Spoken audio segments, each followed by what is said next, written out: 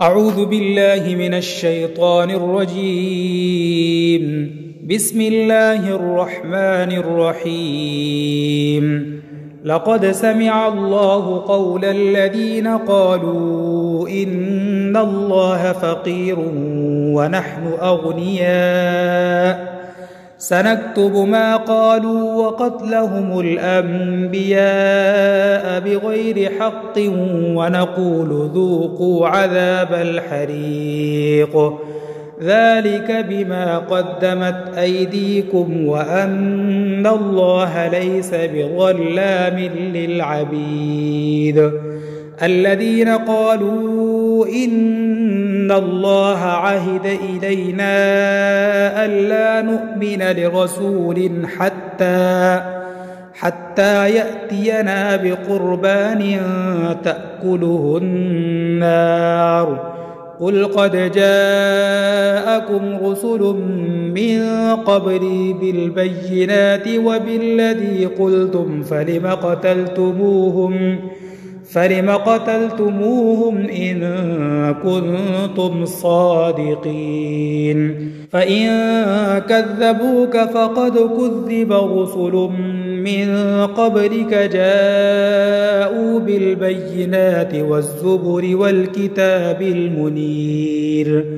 كل نفس ذائقة الموت وإنما توفون أجوركم يوم القيامة فمن زحزح عن النار وأدخل الجنة فقد فاز وما الحياة الدنيا إلا متاع الغرور. لتبلون في أموالكم وأنفسكم ولتسمعن من الذين أوتوا الكتاب من قبلكم ومن الذين أشركوا أذى كثيرا وإن تصبروا وتتقوا فإن ذلك من عزم الأمور. وإذ أخذ الله ميثاق الذين أوتوا الكتاب لتبيننه للناس ولا تكتمونه فنبذوه وراء ظهورهم واشتروا به ثمنا قليلا فبئس ما يشترون. لا تحسبن الذين يفرحون بما أتوا ويحبون أن يحمدوا